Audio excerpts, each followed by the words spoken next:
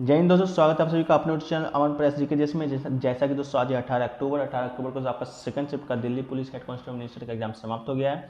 तो आज की इस वीडियो में 18 अक्टूबर सेकंड शिफ्ट में पूछे गए प्रश्न, सभी प्रश्नों को देखेंगे। लगभग जीके और इंग्लिश के प्रश्न मिल गए हैं। प्रश्न दोस्तों आपका 100% रियल ऑथेंटिक प्रश्न है और किसी प्रकार की समस्या आपको होता है तो आप व्हाट्सएप नंबर पर संपर्क कर सकते हैं। इसके अलावा इसका जो PDF है आपको टेलीग्राम चैनल पर भेज दिया जाएगा, वहाँ से आप जाकर ले सकते हैं। लिंक डिस्क्रिप्शन बॉक्स में दिया रहेगा। चलिए शुरू करते हैं। इससे पहले एक बार चैनल पर नए हैं, चैनल को सब्सक्राइब कर लीजिए और नोटिफिकेशन बेल को भी साथ साथ ऑन कर लीजिएगा। चलिए, तो पहला क्वेश्चन आपसे पूछा गया था दोस्तों कि राणा सांगा जो युद्ध लड़ा था बाबर के साथ, आपका खानवा का युद्ध, उसमें दोस्तों किससे हारा था। ठीक है, तो खानवा का युद्ध दोस्तों आपको बता दें कि पहली बार तो 16 मार्च 1527 ईस्वी को आगरा से 35 किलोमीटर दूर एक गांव है खानवा, वहीं पर दोस्तों बाबर और मेवाड़ के राजा थे राणा सांगा के मध्य लड़ा गया था। और पानीपत के युद्ध के बाद दोस्तों द्वारा लड़ा गया बाबर का दूसरा बड़ा युद्ध था। तो बाबर इसका राइट आंसर हो जाएगा। राणा सांगा बाबर के हाथों हार गया था। ठीक है, बाबर की युद्धों को दोस्तों याद करने का एक छोटा सा आपका ट्रिक है कि 26 में पानी पिया, 27 में खाना खाया, 28 में दोस्तों 28 में चल दिया, 29 में घर गया और 30 में मर गया। मतलब आपका 26 से आपका तात्पर्य दोस्तों कि 26 में आपका पानीपत का युद्ध लड़ा था जिसमें आपका मुगल साम्राज्य का स्थापना हुआ था भारत में।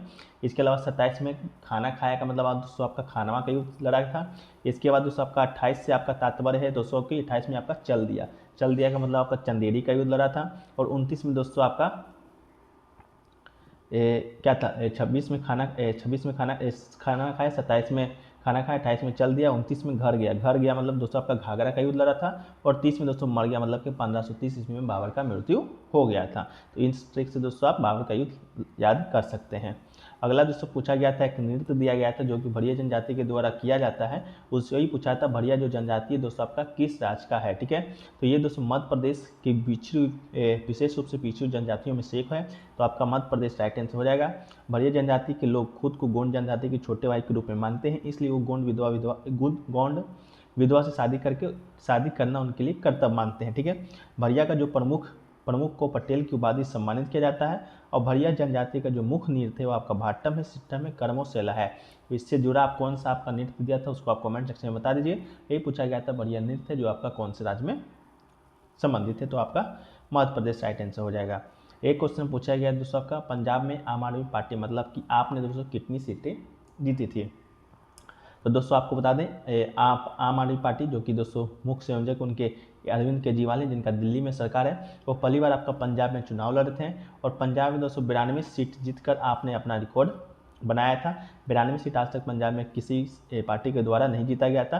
तो आम आदमी पार्टी ने 92 सीट जीती थी और वहाँ अपना सरकार बनाया था। कांग्रेस जो वहाँ का पहले सरकार में थे वहाँ उसका 18 सीट था। इसके अलावा यहाँ के मुख्यमंत्री बनाए गए थे आपका भगवंत सिंह मान को, जो कि दोस्तों आम आदमी पार्टी से ही संबंधित है। तो 92 सीट आपका राइट आंसर हो जाएगा। एक क्वेश्चन पूछा गया था दोस्तों आपका दिल्ली चलो का जो नारा है वो किसके द्वारा दिया गया था। तो दोस्तों नेताजी सुभाष चंद्र बोस ने दिल्ली चलो का नारा दिया था। और 5 जुलाई 1943 को नेताजी ने सिंगापुर के टाउन हॉल के सामने सुप्रीम कमांडर के रूप में सेना को संबोधित किया था और दिल्ली चलो का नारा दिया था। उन्होंने जय हिंद तुम मुझे खून दो मैं तुझे आज़ादी दूंगा का भी नारा दिया है। तो ये दोनों नारा को भी आप याद रखिएगा। और दिल्ली चलो का नारा आपका सुभाष चंद्र बोस जी के द्वारा दिया गया था। एक क्वेश्चन पूछा गया था दोस्तों आपका प्रार्थना समाज का स्थापना है वो किसके द्वारा किया गया था। तो प्रार्थना समाज दोस्तों भारतीय नवजागरण के दौर में धार्मिक सामाजिक सुधारों के लिए स्थापित समुदाय है। इसका जो स्थापना है आत्माराम पांडुरंग महादेव गोविंद नाडे और इतिहासकार RG भंडाकर मुंबई में 31 मार्च 1867 ईस्वी को किया था। तो आपके ऑप्शन में आत्माराम पांडुरंग दिया गया होगा जो कि दोस्तों बिल्कुल राइट आंसर हो जाएगा। और दोस्तों अगर आपको इस वीडियो से थोड़ा सा भी प्रॉफिट हो रहा है तो एक बार चैनल को सब्सक्राइब कर लीजिए, वीडियो को लाइक कीजिए और नोटिफिकेशन बेल को भी साथ साथ ऑन कर लीजिए। आप लोग वीडियो देखते हैं लेकिन चैनल को सब्सक्राइब नहीं करते हैं। अगला क्वेश्चन पूछा गया था दोस्तों प्रथम जो पंचवर्षीय योजना है उसमें बजट कितना राशि दिया गया था। तो प्रथम पंचवर्षीय योजना जो कि दोस्तों आपका 1951 से 1956 ईस्वी तक चला था, जिसके अध्यक्ष कौन थे, जवाहरलाल नेहरू थे। तो दोस्तों प्रथम पंचवर्षीय योजना के अंतर्गत 5 वर्षों की कुल अवधि में 23,378 करोड़ रुपए व्यय करने की व्यवस्था की गई थी। तो कितना रुपये का आवंटन किया गया था, 2,378 रुपये। किंतु योजनाओं में केवल 1960 रुपये ही व्यय किए गए और कुल व्यय का 44.6 जो प्रतिशत है वह सार्वजनिक क्षेत्र के लिए निर्धारित किया गया था। इस योजना में दोस्तों आपको कृषि को उच्चतम प्राथमिकता दिया गया था। तो कितना रुपये आवंटित किया गया था, 2378 रुपये दोस्तों आपका राइट आंसर हो जाएगा। ठीक है, अगला क्वेश्चन पूछा गया था दोस्तों, गोवा में कौन सा नंबर की विधानसभा अभी वर्तमान में चल रही है जब आपका गोवा स्वतंत्र हुआ था। तो दोस्तों आपका गोवा जब स्वतंत्र हुआ है, गोवा एक राज्य बना है, उस समय से दोस्तों आपका 7वीं जो विधानसभा है आपका वर्तमान में चल रही है। ठीक है, गोवा विधानसभा भारत के राज्य की गोवा एक सदनीय विधायिका है। आपको मालूम होगा भारत के 6 राज्यों में आपका द्विसदनीय विधायिका है, पर गोवा आपका एक सदनीय है, जहाँ पर दोस्तों आपका 40 सदस्य होते हैं, मतलब कि 40 आपका विधानसभा गोवा में सीट है। और सदन के नेता कहें या मुख्यमंत्री कहें, वहाँ कौन है, प्रमोद सावंत है, जो कि दोस्तों आपका भाजपा से संबंधित है। ठीक है, एक क्वेश्चन पूछा गया था दोस्तों आपका, जो कुमायूं हिमालय है वो कौन से नदियों के बीच है। तो कुमायूं हिमालय पर्वत श्रृंखला के 4 क्षैतिज विभाजनों में से एक है और सतलज नदी से काली नदी के बीच फैली लगभग 320 किलोमीटर लंबी श्रृंखला को ही कुमायूं हिमालय कहा जाता है। तो कौन कौन सा नदी, सतलज नदी और काली नदी के बीच दोस्तों आपका कुमायूं हिमालय है जो कि स्थित है। तो आपका दोस्तों ये सतलज और काली राइट आंसर हो जाएगा। ठीक है, एक क्वेश्चन दोस्तों आपसे पूछा गया था त्रिवेणी नहर से संबंधित कि त्रिवेणी नहर जो परियोजना है वो किस राज्य से संबंधित है।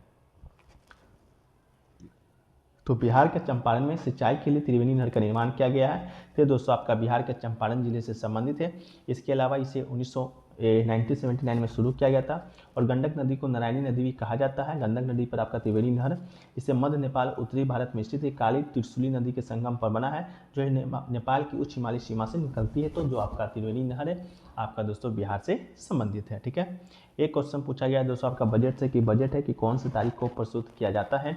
आपका 1 फरवरी, 1 मार्च, 1 जनवरी, 1 अप्रैल ऑप्शन दिया गया था। तो जो बजट है आपका, जो भारत का केंद्रीय वित्त मंत्री होता है उसके द्वारा प्रस्तुत किया जाता है। वर्तमान में आपका निर्मला सीतारमण जी बजट को प्रस्तुत किए थे।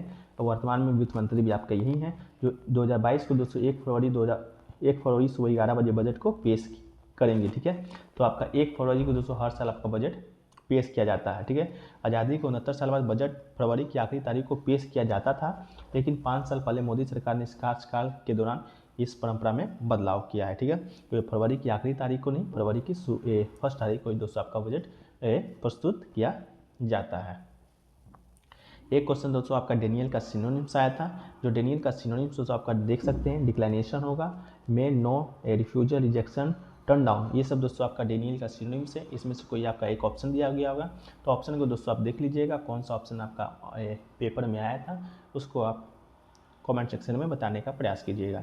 एक दोस्तों आपका रिजिड का भी सिनोनिम्स आया था, जो कि दोस्तों आपका strict, exact, fix, inflexible, rigid, set और स्ट्रिंजेंट और अनबेंडिंग, ये दोस्तों आपका रिजिड का सिनोनिम्स होता है। इनमें से कौन सा एक ऑप्शन आया था आप कमेंट सेक्शन में जरूर प्रिंट कीजिएगा। ठीक है, एक क्वेश्चन दोस्तों आपका आया था कि कौन सा मौलिक कर्तव्य नहीं है। मौलिक कर्तव्य, जो कि दोस्तों वर्तमान में आपका 11 मौलिक कर्तव्य है, जब शुरू में जोड़ा गया था आपका 42वां संविधान संशोधन 1976 में स्वर्ण सिंह समिति के सिफारिश पर, तो आपका 10 मौलिक कर्तव्य को जोड़ा गया था। 11वां मौलिक कर्तव्य दोस्तों आपका 66वां संविधान संशोधन 2002 के द्वारा जोड़ा गया था। तो ये पूछा गया था, आपका 4 कथन दिया गया था, इनमें से कौन सा मौलिक कर्तव्य नहीं है, तो आप कमेंट सेक्शन में बताइएगा उसको। एक क्वेश्चन दोस्तों आपका आज़ादी अमृत महोत्सव से संबंधित प्रश्न बता नहीं पाए लोग, तो आप कमेंट सेक्शन में बताइएगा। इसके अलावा दोस्तों एक प्रश्न आपसे पूछा गया था, 2011 की जनगणना के अनुसार युवा की जनसंख्या का प्रतिशत पूछा गया था, पुरुष का नहीं पूछा गया था। ठीक है दोस्तों, तो यूथ का आपका जनसंख्या प्रतिशत पूछा था। तो 2011 के जनगणना के ताजे अनुसार के देखें तो आपका 36,487 घरों में 2,40,585 लोग हैं। इनमें से पुरुष आपका 1,25,056 एवं महिलाओं की संख्या 1,15,529 है। अर्थात कुल जनसंख्या का 51.9% आपका पुरुष है और 48% महिला है। ये दोस्तों आपका पुरुष और महिला का प्रतिशत है। लेकिन दोस्तों आपसे पूछा गया था यूथ का प्रतिशत, तो यूथ का जो प्रतिशत है दोस्तों शायद आपका ऑप्शन में 41.9% या 41 पॉइंट समथिंग करके कुछ परसेंट होगा, तो दोस्तों आपका यूथ का परसेंटेज था, जो कि दोस्तों आपका होगा। ठीक है, तो ऑप्शन में क्या था दोस्तों आप कमेंट सेक्शन में वो बताइएगा। इसके अलावा दोस्तों आपका जो भी प्रश्न छूट गए हैं उसको दोस्तों आपको हम यहाँ पर टेलीग्राम में आपको अपलोड कर देंगे। इसके बाद जो प्रश्न आपका छूट गया वो कमेंट सेक्शन में आप जरूर बताइएगा। इसके अलावा दोस्तों मिलते हैं इस प्रकार की एक नई वीडियो में। वीडियो देखने के लिए धन्यवाद। जय हिंद, जय भारत।